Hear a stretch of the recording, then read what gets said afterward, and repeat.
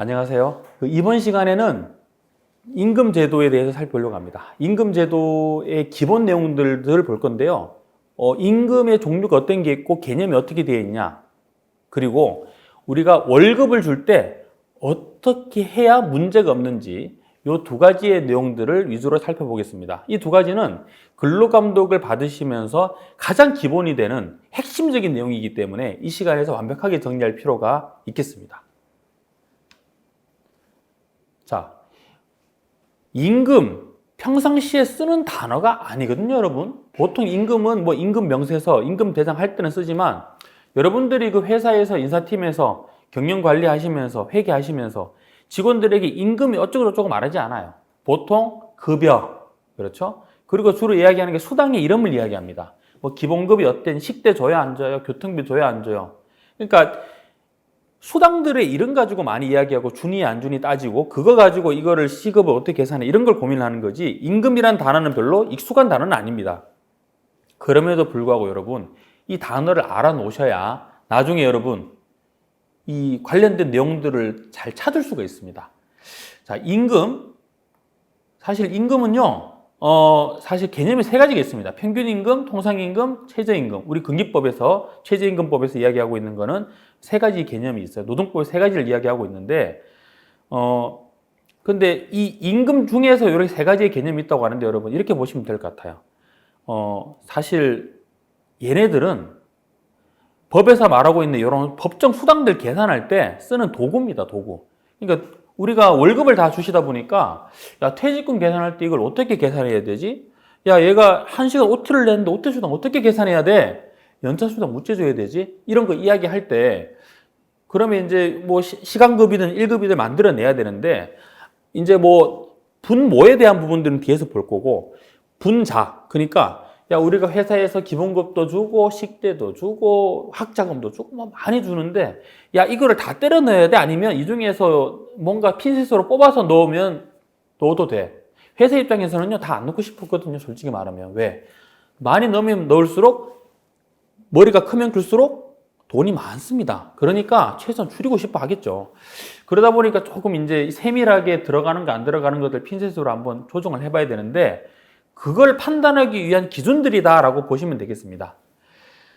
첫 번째 이제 우리가 이 평균임금, 통상임금, 최저임금이 되려면 여러분 기본적으로 임금이어야 됩니다. 임금 중에서 얘네들이 나오는 건데 임금은 여러분 네 가지의 요건을 다 충족을 해야 됩니다. 첫 번째는 사용자가 근로자한테 줘야 합니다. 누가 줘야 된다고요? 사용자가 줘야 돼요. 근로자한테. 두 번째는 근로의 대가로 줘야 됩니다. 세 번째가 계속적, 정기적으로 줘야 됩니다. 네 번째가 뭐 관행이든 규정이든 뭐든 지급 의무가 있어야 됩니다. 이 네 개가 다 있어야 돼요. 한 개라도 없으면 아니라는 거예요. 근데 노무사님 겁나게 뻔한 이야기 같은데요. 예, 저도 그렇게 생각합니다. 근데요, 여러분 뻔한 이야기인데요. 저희 노무사들한테 이 의뢰를 하실 때 저희도 요거 4개의 여부를 따지기 때문에 이 4개는 굉장히 중요합니다. 강론으로 좀 들어가 보면 사용자가 근로자한테 줘야 될 것 사용자가 근로자한테 안 주는 게 있습니까? 어떤 게 있어요? 말이 안 된다라고 생각하실 건데 여러분 혹시 뭐 이렇게 식당이나 이런 데 가보시면 요즘에는 옛날하고 좀 다르게 그 서빙 하시는 분한테 그 고급 식당 가면은 팁을 이렇게 주시는 분들이 계세요. 근데 예전에는 팁 주지 말라고 하는 식당도 있었는데 요즘에는 팁 적극 환영한다고 팁 좀 많이 주라고 하는 데도 있더라고요. 저는 그것도 모르고 팁 주면 안 되는 줄 알고 안 줬다가 나중에 잡채 하나 달라고 하니까 되게 짜증을 많이 좀 내시던데 여튼 여러분 팁을 이렇게 준다고 하면 이 사람들이 팁도 상당히 많이 받을 수가 있거든요. 오늘 몇 팁을 하냐에 따라 가지고 하루 일당보다 많이 받을 수도 있습니다. 제가 예전에 팁 한번 누구 주시는데 실수로 10,000원짜리를 안 꺼내시고 50,000원짜리 꺼내셔가지고 주셨던 경우들도 있고 그 50,000원짜리 주면서 40,000원 거슬러 달라 하는 건 좀 매너가 없는 거죠. 그러면 이제 더 머리가 아프기 때문에 자 그렇게 해서 팁을 상당히 많이 받았어요. 이거 내 퇴직금에 넣어주세요 하면 어쩝니까? 그런 사람이 있었단 말이에요. 최근에. 아니라는 거죠. 왜? 사용자가 안 줬으니까. 고객님은 사용자 아닌가요? 그럼 고객님한테 이야기해야지 왜 식당 이야기합니까? 그러니까 여러분 이런 게 팁 같은 게 안 들어가는 이유가 사용자가 근로자한테 준 게 아니니까요. 이거 말고는 뭐 문제 될 게 없죠. 이 이슈 말고는. 두 번째, 근로의 대가로 준다. 아이고 회사가 주는데 근로의 대가 아닌 게 있습니까? 있죠. 여러분들 혹시 어디 출장 가실 때 회사에서 출장비 주시죠? 안 주시는데 혹시 있으십니까? 출장비 가는데 자기 돈으로 가라고 하는 데는 빨리 퇴직을 해야 됩니다. 여튼 이제 출장비를 줘요. 밥 먹었다고 해서 사장님 밥을 사서 줘요. 자, 그렇게 뭔가 실제 사용된 비용을 주는 것은 근로의 대가가 아니에요. 근데 여러분 또 이렇게 이야기하시죠. 우리 월급에 여러분 노무사님 식대 있고 교통비가 있는데요. 10만 원씩 매달 줍니다. 이거요? 근로의 대가 아니겠네요? 여러분 이름만 가지고 판단하지 않습니다. 영수증빙을 해서 주거나 뭐 포인트를 주거나 아니면 뭐 신용카드를 주거나 여튼 뭔가 이렇게 실비에 대응 1대1 대응해 가지고 줘야만 실비가 되는 거지. 그렇게 명목을 나눠놨다고 해서 실비가 되는 것은 아닙니다. 그런 것들 다 임금이에요. 근로의 대가입니다. 세 번째가 계속적 정기적으로 줘야 된다. 아까 네 번째가 그리고 지급 의무가 있어야 된다. 이거는 합쳐서 보겠습니다. 일단은 여러분 이래야 되는 거예요. 사장님이 너무 기분이 좋아서 우한 형제들 뭐 이렇게 배달의 민족 쿠폰을 줬어요. 와, 너무 좋다. 안 줄 줄 알았는데 뭔가 이렇게 다음에 내년에 또 줄까? 그거 어찌하라. 이렇게 되면은 여러분 계속적으로 주는 게 아니니까 임금이 아닌 거예요. 단 한 번 그냥 은혜적으로 주는 것.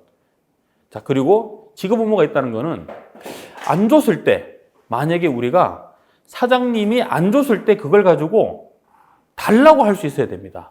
왜? 권리니까. 근데 안 줘도 별 할 말 없는 게 아까 전에 우한 형제들 쿠폰 못 받았다고 해서 내년도에 그냥 조금 짜증날 수 있을지언정 사장님한테 원래 왜 안 줍니까? 라고 말할 수 있어요, 없어요? 물론 그렇게 말하는 사람도 간혹 있긴 있습니다. 그렇게 말하는 사람들은 위험하죠.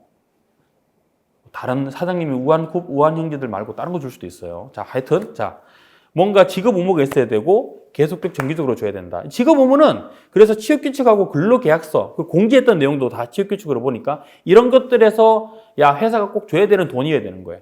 아닌 건 뭐냐? 한시적으로 주는 거. 올해만 줍니다. 이번에만 한번 줍니다. 뭐 이렇게 공개해서 주는 것들은 안 들어가는 거죠.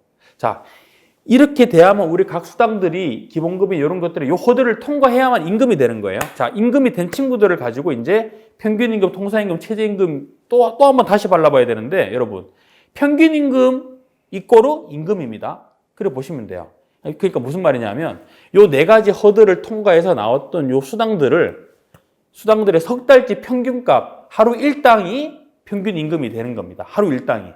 그러니까 평균 임금에 들어가는 항목이랑 임금에 들어가는 항목 같다는 거고 우리가 퇴직금에 들어가는 거 안 들어가는 거 따질 때는 요 네 가지 요소 가지고 판단하면 됩니다라는 거죠. 요거 가지고 하루 일당 나오면 30일 곱하기 근속연수 곱해가지고 퇴직금 만들어내는 거고요.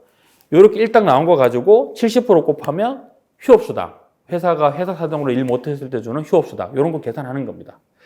근데 통상임금 뭐냐? 통상임금은 임금 중에서 또 허들을 통과해야 됩니다. 그러니까 통상임금은 고르고 고른 애들이란 거예요. 사용자가 근로자한테 주고 근로의 대가로 계속적 정기적 지급 의무가 있어야 되는데 그걸 통과해서 임금이 된 친구들 중에서 또 4개 요건. 소정 근로의 대가일 것, 정기적, 일률적, 고정적일 것. 요 4가지를 다 충족을 해야 된다는 거예요. 소정 근로의 대가? 근로의 대가랑 뭐가 다른 건가요? 아까 제가 이전 전전 시간에 근로시간 이야기할 때 말씀드렸을 거예요. 소정 근로시간은 뭐라고 했죠? 법정 근로시간 내에서 노사 간에 합의한 시간. 보통 9to6란 겁니다. 8시간 근로의 대가로 준 것. 반대 말로 하면 뭐예요? 연장 근로의 대가는 여기 안 들어가는 거예요. 연장수당 이런 것들은. 그래서 여러분들 고정노트 수당이 사실상 기본급하고 거의 차이가 없는데도 통상임금에 안 들어가는 거는 소정 근로의 대가가 아니기 때문이거든요. 그러니까 고정노트 수당이 다 빠지는 거예요. 우리 사업장에서 여러분 고정노트 수당 주는데 통상임금 노무사님 들어갑니까? 라고 하면은 이것 때문에 안 들어가는 겁니다. 다음으로 정기 일률 고정은 정기는 매달 주는 걸 이야기하는 게 아니라 언제 준다라는 게 예정이 되어 있으면 돼요. 한 달에 한 번, 1년에 2번, 1년에 한 번 다 포함입니다. 일률적. 요거는 여러분 둘 중에 하나입니다. 다 주면은 일률적이에요. 다 주면은 직원. 그럼 다 안 주는 경우에도 일하고 관련된 조건에 따라서 주고 안 준다. 직책수당 같은 게 있어요. 우리 팀장이면 주고 팀장 아니면 안 준다. 이거 일하고 관련된 조건이에요, 아니에요? 아주 넓게 보셔야 됩니다. 관련된 조건 맞아요. 왜? 소정근로. 내가 팀장으로서 일을 하니까 주고 안 하니까 안 주는 거니까 이것도 일률적인 거예요. 직책수당도. 직무수당. 어떤 일을 하면 준다라고 하는 직무수당. 이것도 일률적이죠. 왜? 일하고 관련이 되어 있으니까. 집에 차가 있으면 준다. 이거 일률적일까요? 일하고 관련 있습니까? 뭐 없습니다, 여러분. 뭐 영업직 여러분 차 있으면 그거는 여러분 우리가 뽑을 때 그냥 필요하다는 얘기인 거지. 차가 있다 없다, 가족이 있다 없다, 그거에 따라서 주고 안 주고는 일률적이진 않습니다. 고정적이라고 하는 거는 딱 두 가지가 있다고 보시면 돼요. 고정성이 없다고 하려면 딱 두 가지인데, 지급일 현재 재직자한테 준다. 2번, 그 달에 근무 성적 며칠 이상 출근해야만 준다. 이런 요건들이 있으면 고정성이 없다고 봅니다. 반대로 이런 거 없이 일할 계산을 한다. 반대말은 일할 계산이거든요. 혹은 다 주거나 그러면은 고정성이 있는 거예요. 그러니까 어느 시점이라도 내가 하루치 일한 거에 대한 대가를 얼마나 받을 수 있냐라는 게 명확하면은 고정적이라는 거예요. 요렇게 허들 통과한 애들만 추리고 추린 애들 가지고 아까 209시간 나눠가지고 시급 뽑아내면 이런 법적 수당들 계산 다 할 수 있다는 거예요. 최저임금은 여러분 뭐 임금 중에서 이 통상임금 관련 없습니다. 임금 중에서 매월 산정해서 매월 주면은 매월 지급하면은 다 최저임금에 들어갑니다. 요거는 큰 이슈가 원래는 없습니다. 자 그러면 이제 이렇게 각 임금의 좀 성격을 봤는데 지금 볼 거는 임금의 성격이랑 상관없이 어떤 수당의 성격을 판단하는 기준이 아니고 돈을 주는 방법을 이야기하는 겁니다. 주는 방법이 틀리면 처벌받거든요. 임금 체불이라고 보이는 게 요 네 가지 중에서 한 개라도 문제가 되면 임금 체불이 돼서 금기법 이제 43조 위반이 되는 겁니다. 정직 전통이라 되어 있죠. 정기불, 직접불, 전액불, 통화불 이렇게 되어 있습니다.